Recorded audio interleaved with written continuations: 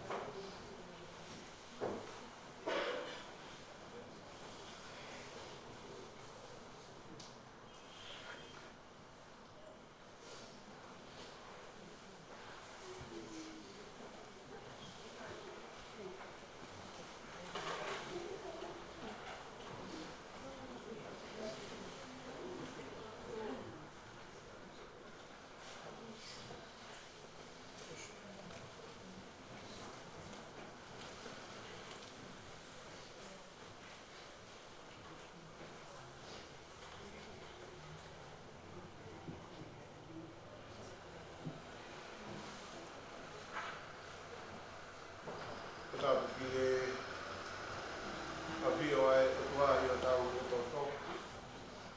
O tapu ki e poto tapuni. O tapu atu ki whanau ka maa ko mga puna hoki. O tapu atu ia ka makawhas. O tapu atu hakailang ko tau e tui. Ka maa e whare o matapu ne. O tapu atu hoki e tō teka kau, muhapa kau. Nā tā i se tō tā maa se kuatu. O tapu atu siane matantoa inua. Le pape mua. Io mi anga. Ka tā momo koe whenga maari e koe ni. Ki tā tari pe pia ai whanonga a kuke kai. Lord Kamaris. Pea i te family. Sai mua ni ka maa visita. Pea ke sipana. Koe te whini. O kuonga peau. Ki atu ko munga hamoni. Ko e whiawhi o tātara whaos. E whiawhi ko tokoto a sione matanto a. Io no tari tawa ngā. A koe api mai opa ai. Olo ai e ne mokui. Lalanga ai e ne mokui. Te kamata ke lalaka ai e ne mokui. Kia hala ko ongo e ne whanonga. Ka e poki whaha. Ko hake ai ki au ka whakawha. Ko ne tō ai pua au ka manawa.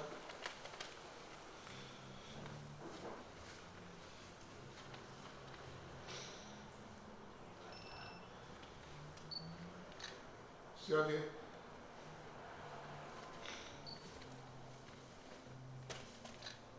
O whatawhia. E whamaro atu. Me tatau atu o ke whiu.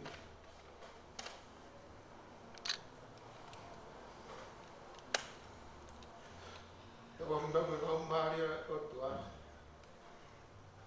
Kintu tatu o whanonga. O wambamu ngau maria maru mohao ai o tua. Kene whai o whamaupa. O wambamu ngau maria o tua. Kene mua mua. Pata taki ai whanonga se orang maria. E whawhita o laki. Mea tua, a koe tua o tau loki. Au kea e pe fia i tai tai le rei. Sione, o tai to a, noa, o mai whanuri. E manaki. Te teo e tau tātau, ka ausi e pōkoe. Kai hale a ua. A koe fia pe i roa tau honga ia. Au le rei, lahi ati mo le rei ati. E mau whapita. E ui hea tua. Ia mau off anga ka rei. Hori mo ke tātai peka. Pai pe mua lotu. Pai e pe whawha a miu. Ai siasi. O maa atu.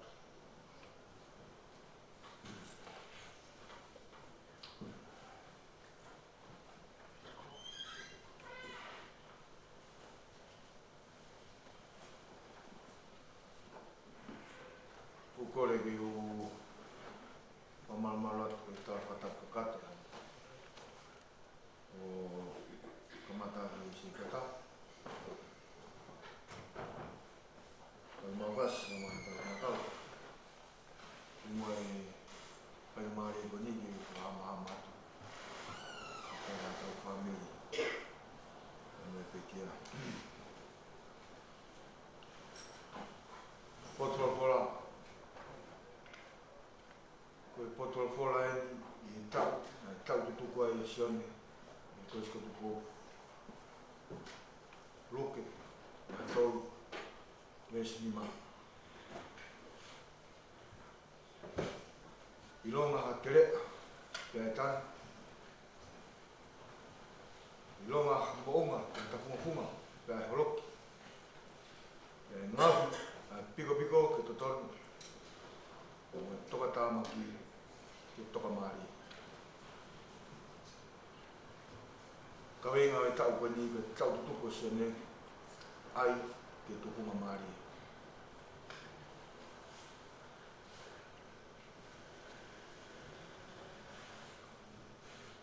mo ke o hata o tu sione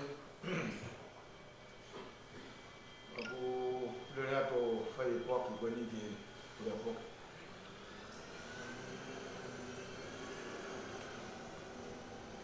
te ta mai ka mai off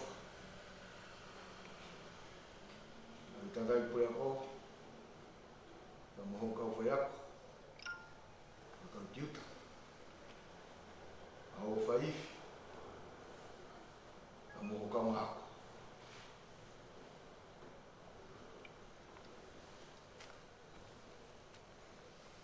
Loti kama anis nisita kama Simon.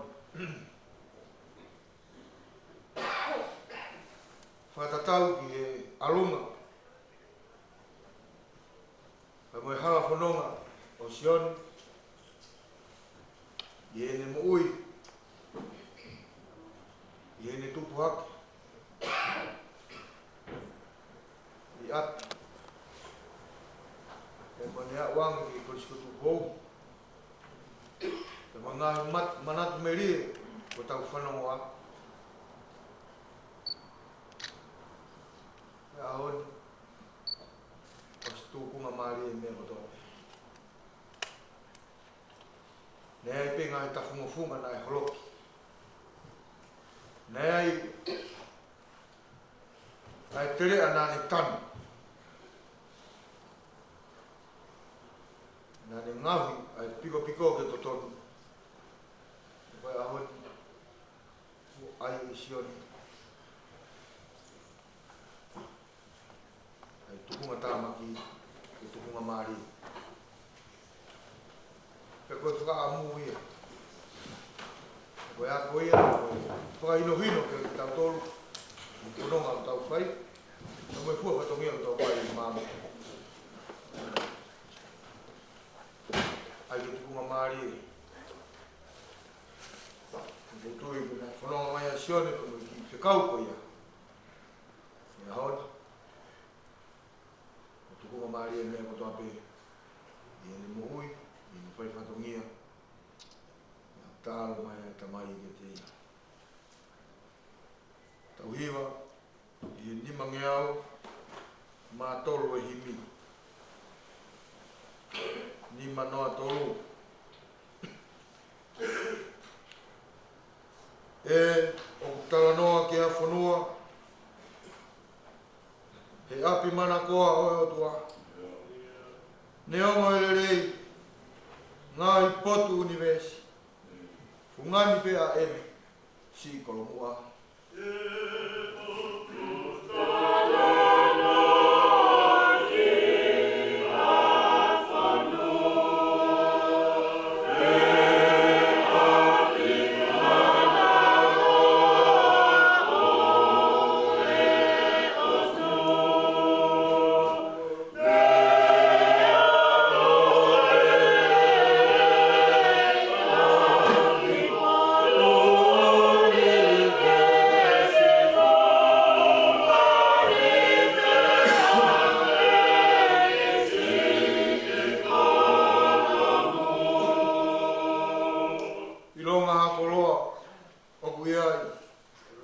Pahinga mea kotoa, lerei mola. Pea mākona ai, sino moe atamai. O ika inga tuwai, hono masani.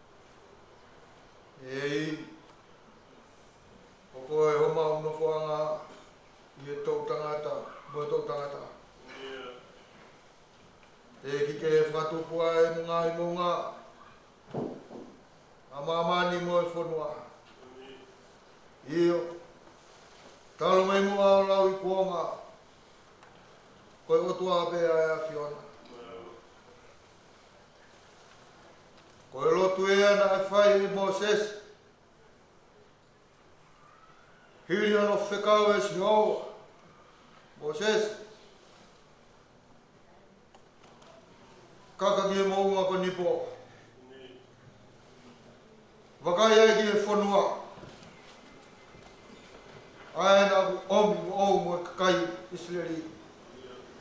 Ka he kai te kia koe ki ai. Ka whoki e tangata o Elohimi. Kai turi hane tonu hia. O hane lelei na rau. Nane punau hii po lotu. Jehova. Ko koe ho mau nofoanga. He tau tangata mo he tau tangata. O kui kai ko ke nani. O kui kai ko whanua e tau hao wha. Ko koe.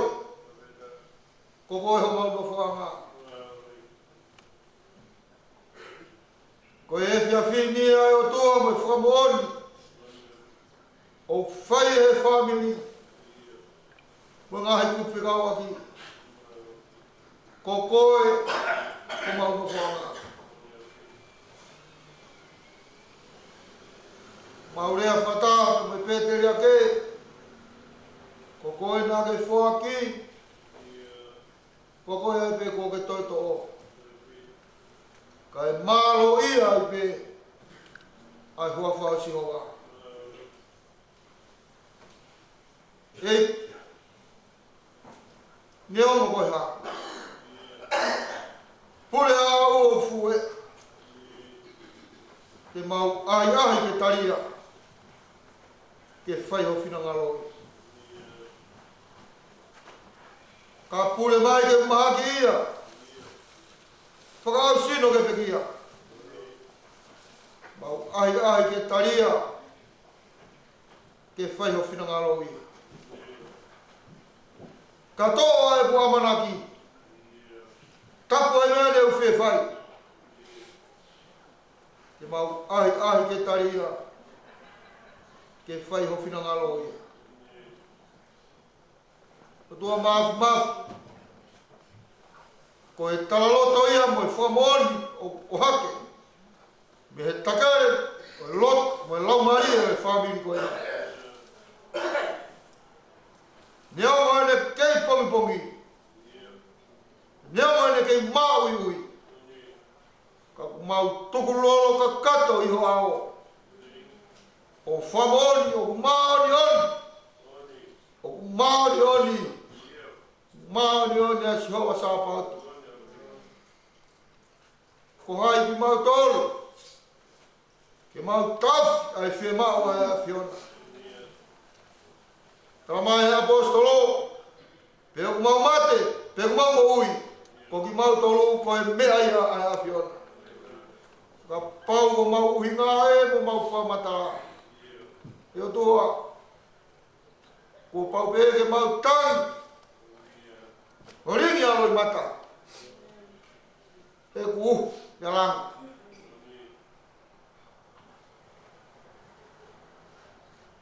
Tai pita tau pe. O whai o mau whahino hino. O whai o mau tataki. E a whiona pe. O koe ai pe o ke ome e kres. Ke taria ke ngahi whaingata. Tala mai e sisu. O ana tuku ke puputu o mauloto. Tui piki tai ki e atua. Tui piki tai piki e te au. Koe ki lolo lele ia. Koe ki lolo lele ia. E ringi he futai houni. Pea mau tui e nonga. Pea matafi atua e puputu. Saimone ka maari sita. Loti ka maaris. Peki hongo family. Taulo ki hakau ka maa ngai kuwhikau aki. Se tua tāpa mo siasi. Tawhi mai lolo pepe itaniti. Koe tui piki taiki heo tua. Tui piki taiki a sisu. Kane tatala atu. Ai puputu. Mo i kai haamanaki. Ei ki mau whawhetai pe he mea kotoa pe. He ku mau ilo pau. I he tōonga. Moi ulumhanga. Moi moui ai tamai o ei ki koeni. Sioni matang toa whanua. Nai kai puri peunga. Ho tonga mo urunganga. Wakai ipo ke ngalo pe. Ai whia mea ko ibisi ko hiko ho tonga. E whānau ako, moe maheni, moe whamiri. Whawhetai.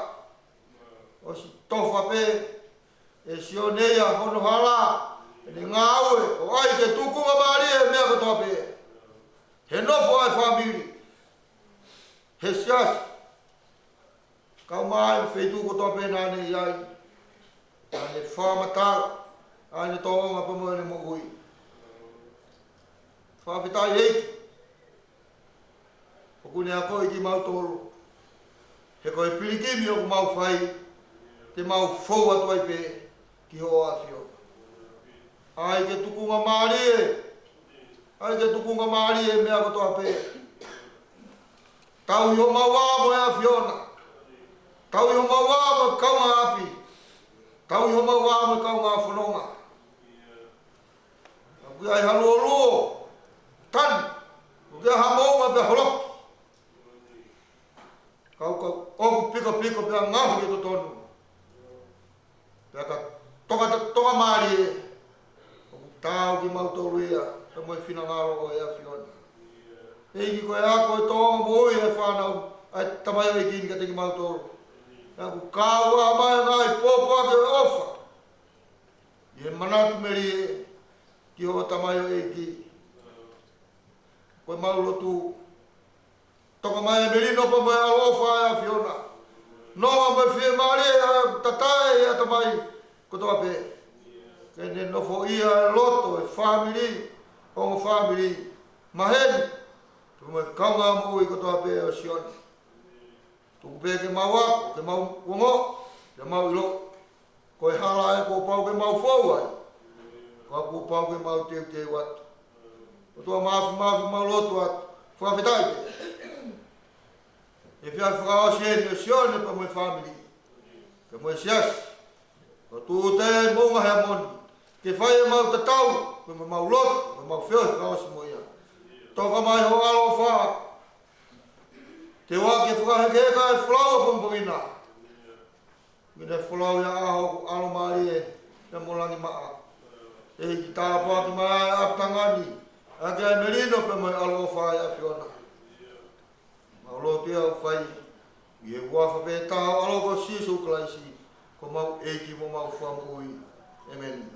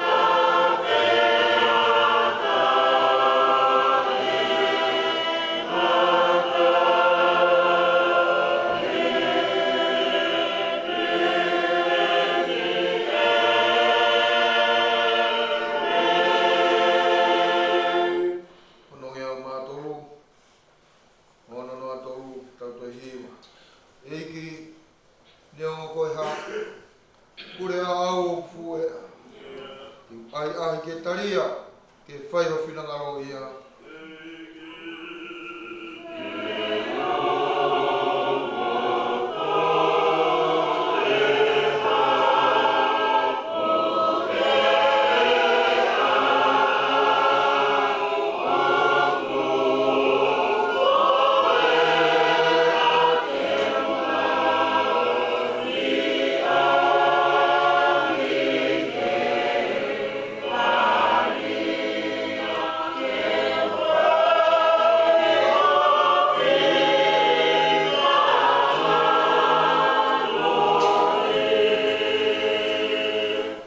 pure mai ke pukuange e kukoloa ai sake te u ai ke taria ke whai no pina ngalo ia.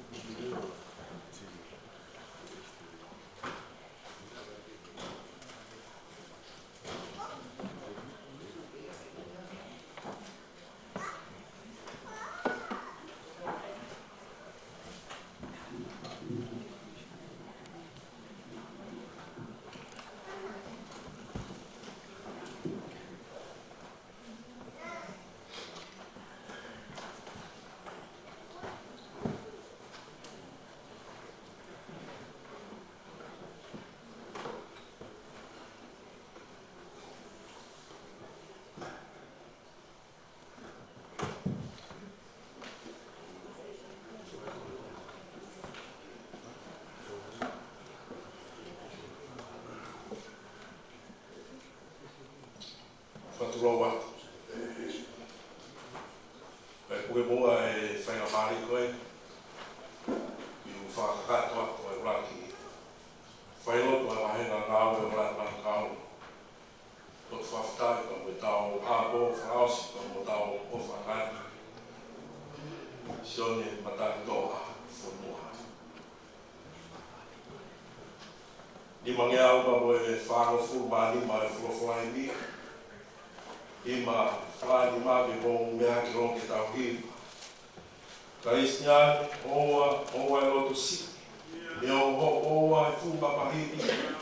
Kau i loto la hi, tuho i whia. I sātai pia sātai, e ki lua ia.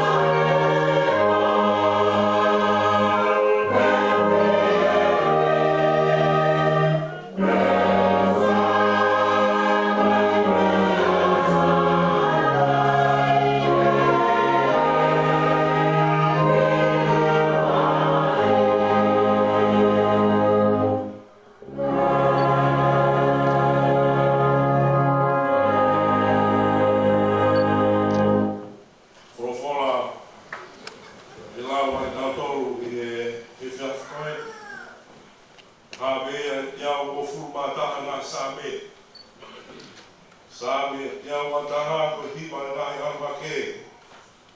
Te taraki hau matani ngai unga, e ha me se ho paruri. O toa ni o mea sinonga, ai ene ngau e langi mo mamani. Seu ke kai te utuku mo vai ke ngaue, koe au tahi koe kai te ne mo. Wakai mai tawe o Israeli o kai ture pe tokoto ke mo. Ko si oa pe o tahi o u, ko si oa e me o tō matau o whakamarumaru. I kai tāi koe la aho pe mahina he pō. Tau koe si hoa me komi furi pe io. Tene tau hi o la mari e. Me tau hi o where mo whafo e si hoa. Me tai meni o lawi kuonga. Amen.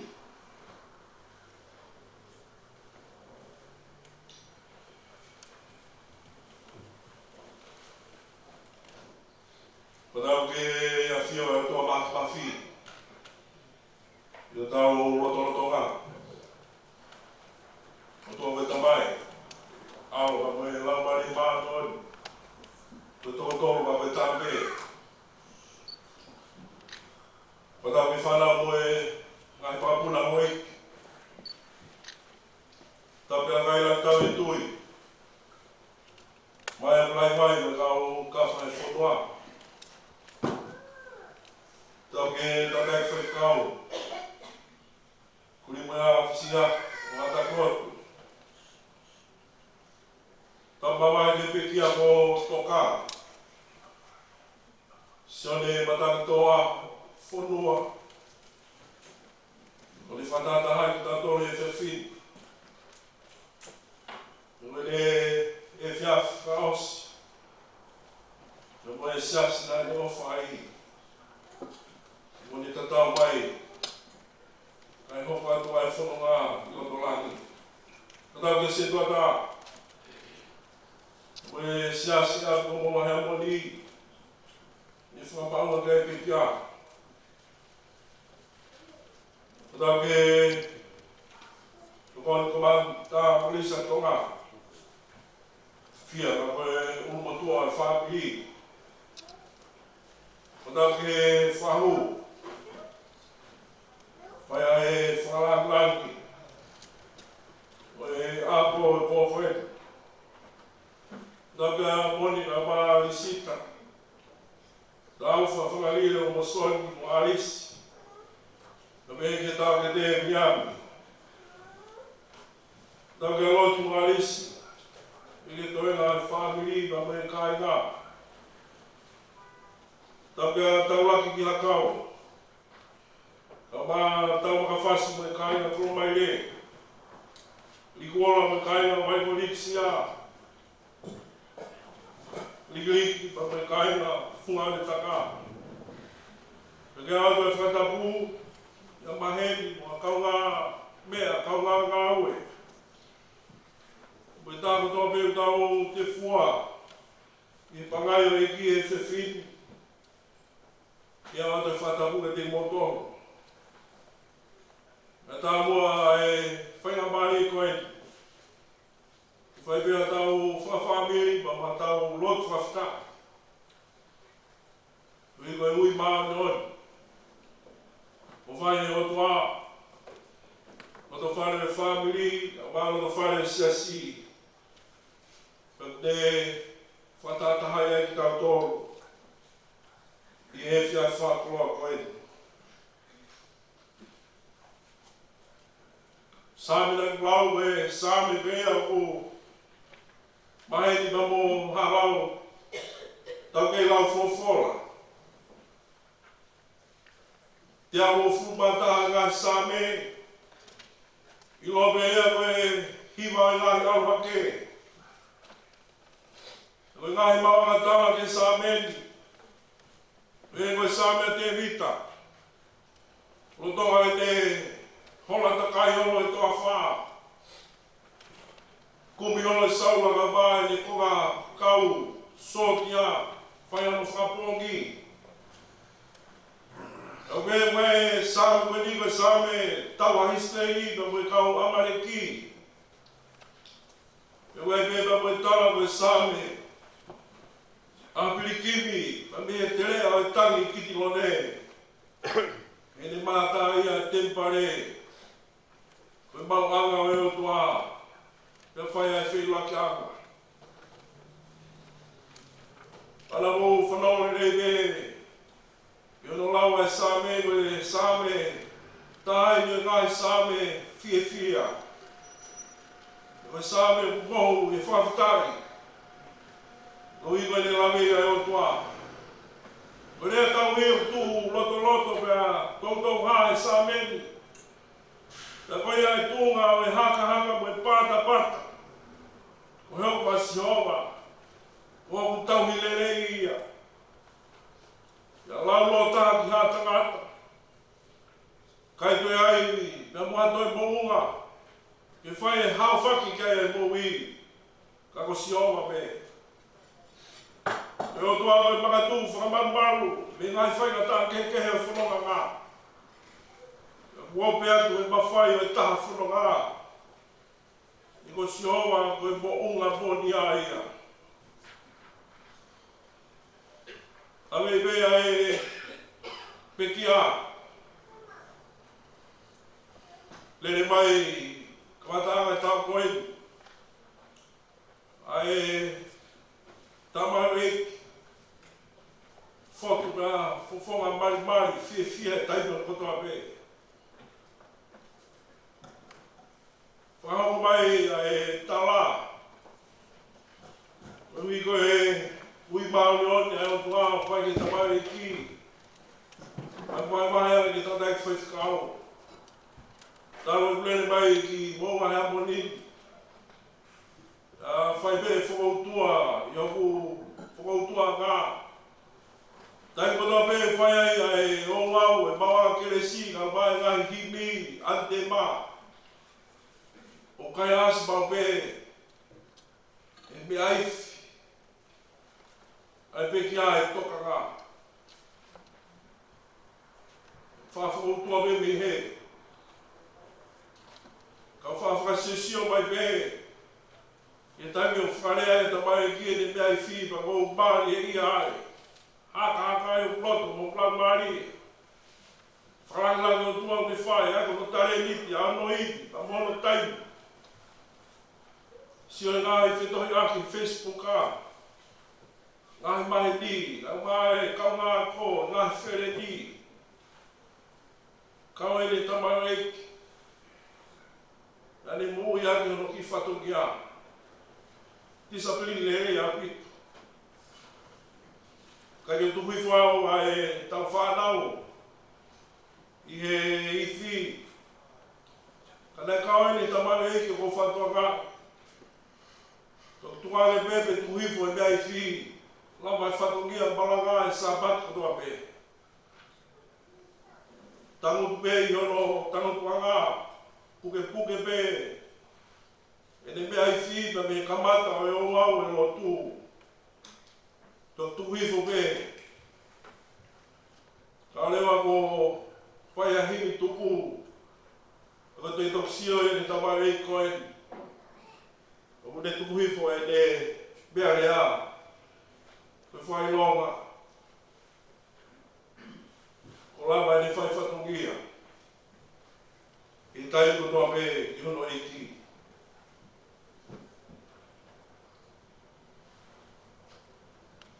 Te lawa e sāmi koe.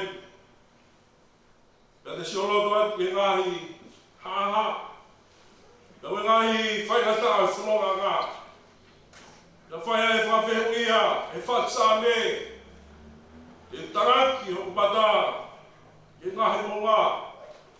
E hau e whehau tokoni. Ospe e whawhehu ia. To e tari a te pepesi, hono ngā. Siowa pe. Siowa pe ia e tene tokoni au, he hala whanonga. E koe ia e pune au ni u. Koe ia ne ngāhu e university tau iari.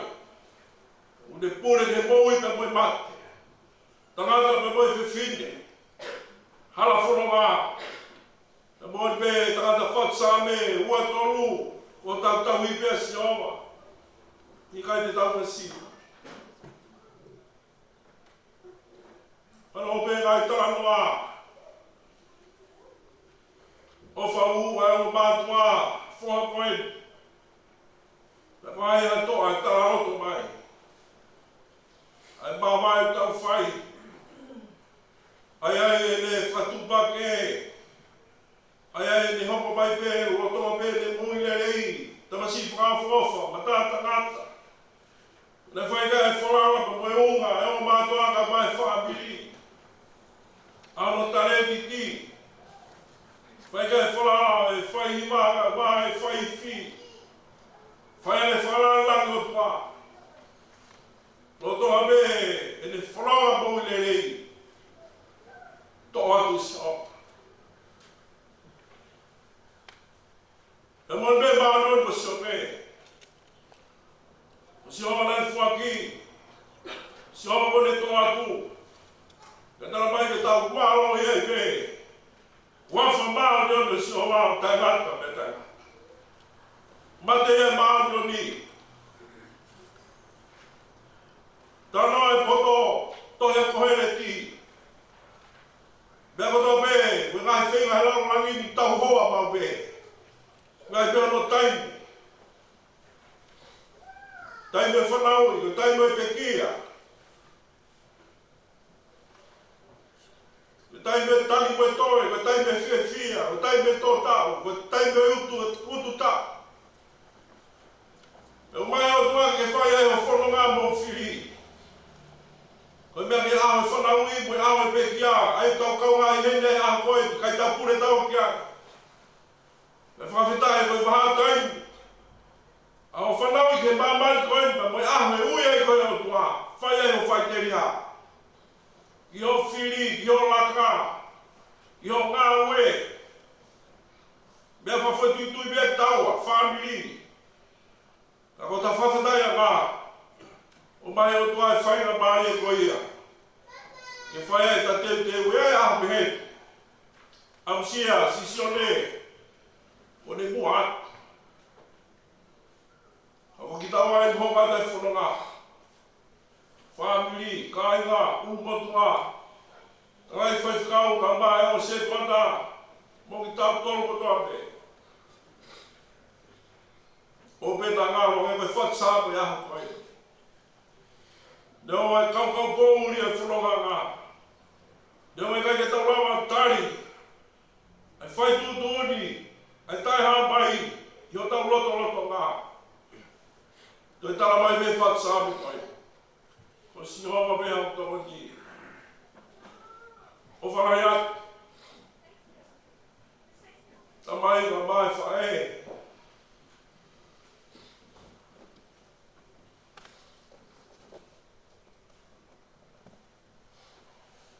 Ka whawhatai me tatau ki o toa masu, koe mea tatau pe hok mai. Kai ata tā mea no whina ngā o. Mea peke tau i lo, mea peke tā mana tui. Nea wae ngā i whainga tāpa koe pore whanonga ngā. Kei lahe pe, e maf. Oi o tua o tau hiki ai, oi o tua e ulaki, oi o tua o mōni, oi o tua o mōhi. Koe ne palo me si ai kai tini i aki tau tō. E nea wae mōne a ofa ngani. Loto whare e whamiri, loto whare e siasi, whanua, kāinga, pa moe mahe ni. Loto mai hopo mahe ni. Ai tamasi o tua, sisu kaisi. Kini hopo pe koe whakalelu. Kini hopo pe koe whakanoma.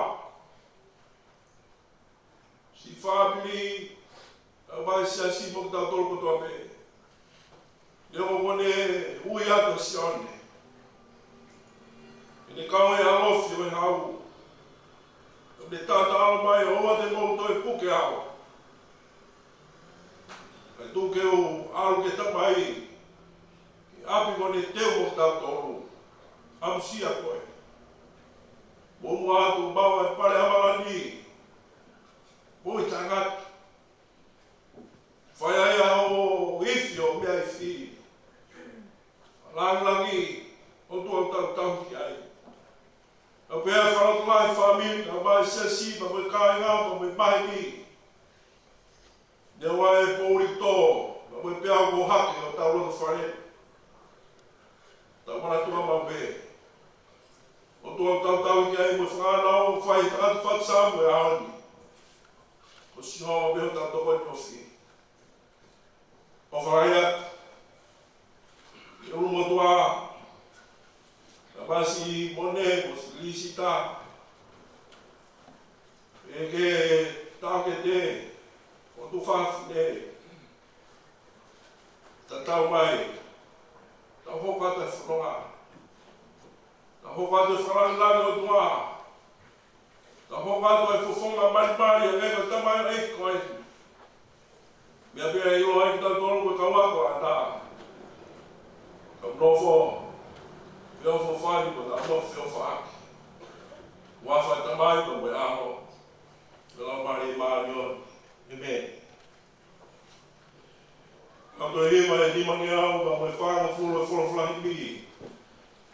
I ma whanua ke uwhasio mai, ke kaumaroro, o hao atu, ki he lagi, pe whewhe, lau nofo.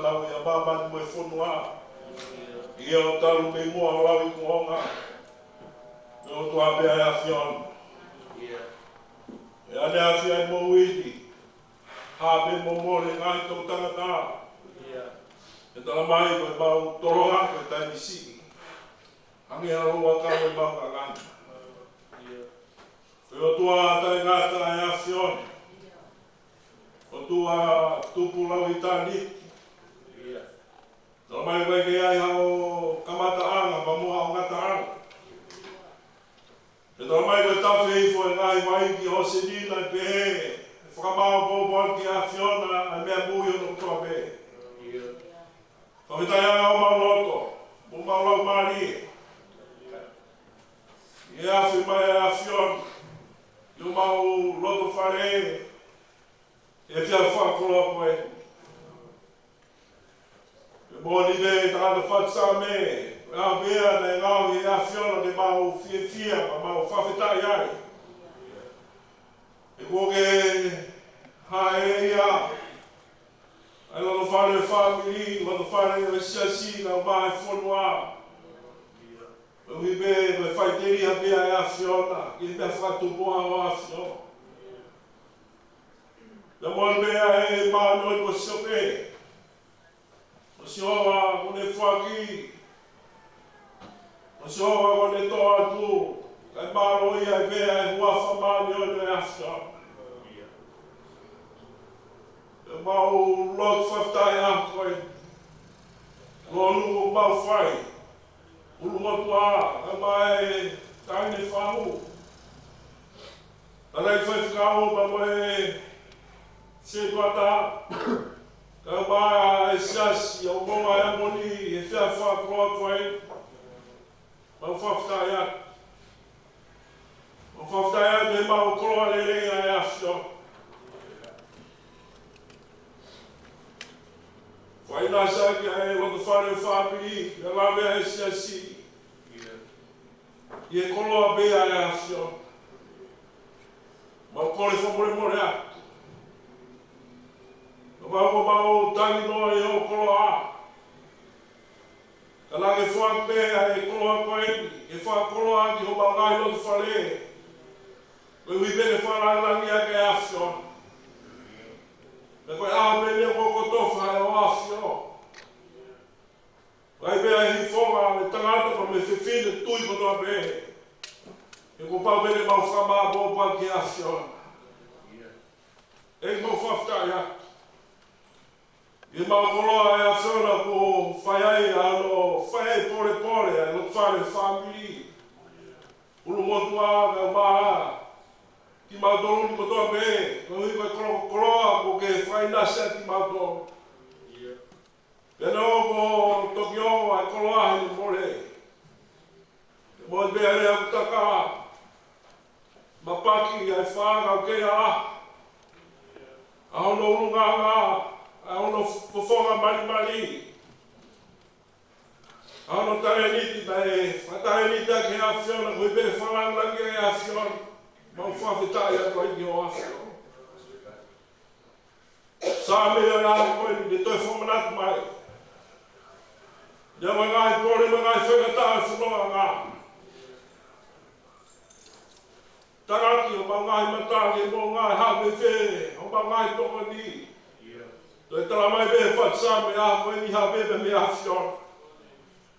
O koe o ke pure ai mate pa moe moui, pa moe mea kotoa be, mea moe kotoa be univesi koe. Me a whiona tō tāpei. Ka pa me mea moui, mea whamiri, mea siasi pa moa kāinga. E nau whakawhea a whiona. Koe pautahania, koe pautahania, koe maua pa moe whie maari. Hamo ui, whalalaki a whiona. Mau whawhtai te mau tamai o eki lerei aho a whiona. E neo ai uhu. Ke loto pa moe tamai pa moe whae koe hui koe mawai. Wai a toa. Te mōi pe.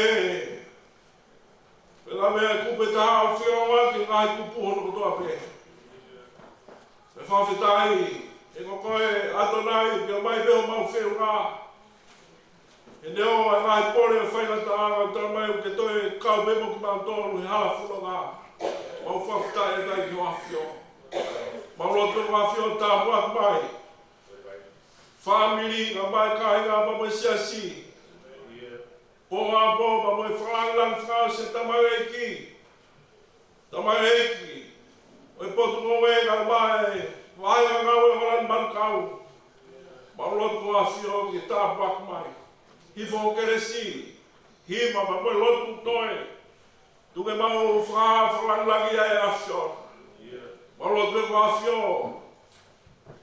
Te wate aho pompo ina, whangi heka, o tamai eki. Mai alangi taftonga. Te wai, whangi heka, o tamai eki, aho pompo ina. Ek balot wasio, tapu aku mai aku mautong. O ini ka maa ka aun. O kore kotoa ngai miari, wato alonga, ko mauka mo ui. Amen.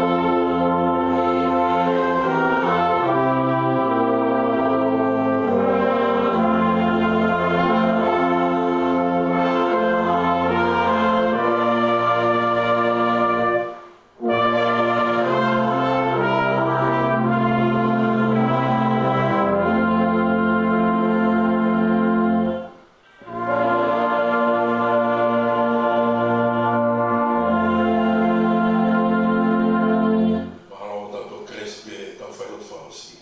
Maomika.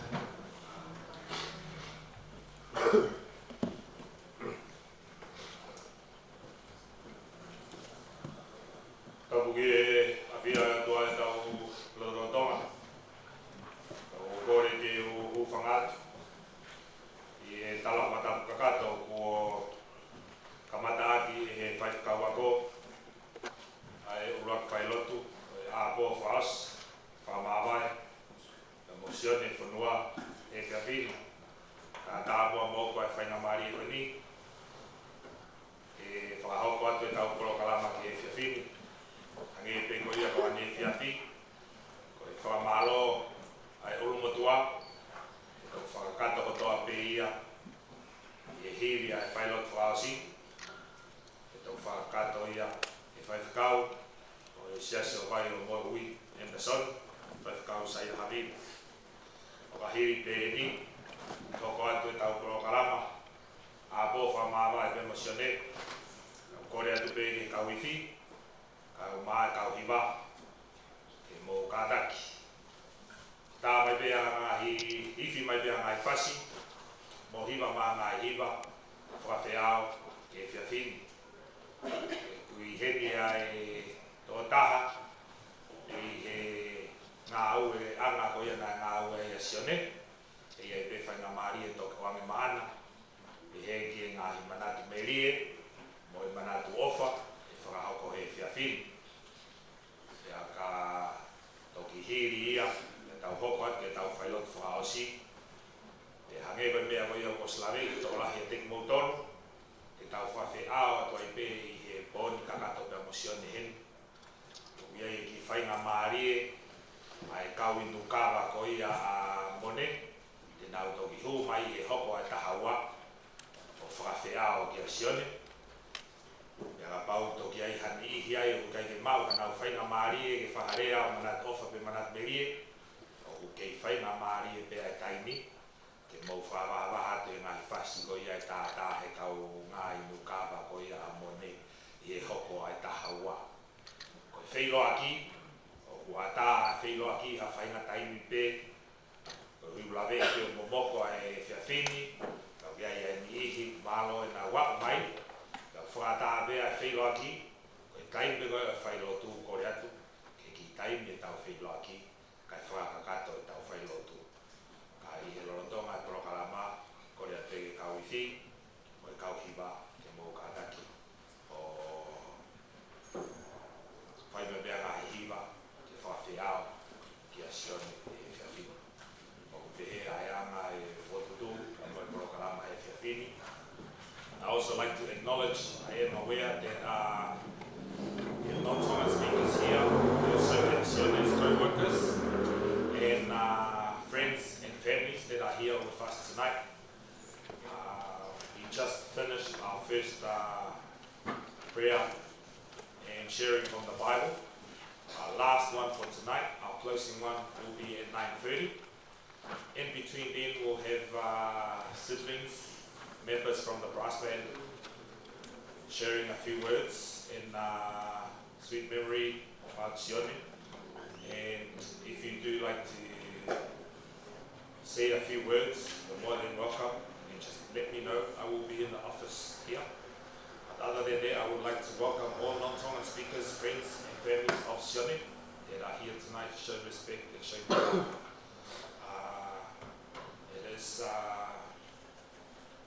It is very hard. It is a very hard pill to swallow. But we just thank God that He gave us the life of Sione and everything about Him to share with us. So I would like to welcome you all tonight. Koe tau porokalama ia ki he whiawhini. Malo.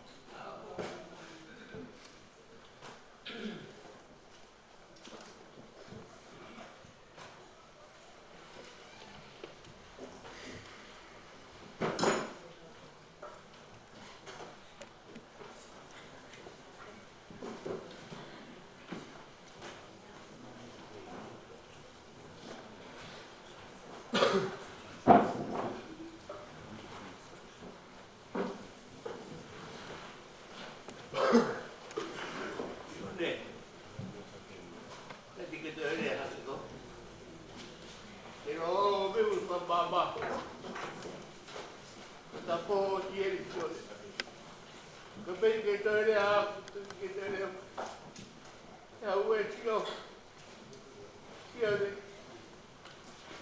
ya we tio de ko pi no me gusto escucho lo que pasa ya we tio de what ya we tio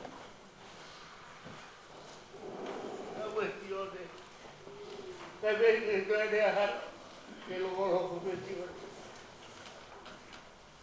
cuestiones como estaba ahí que se ocupa de papá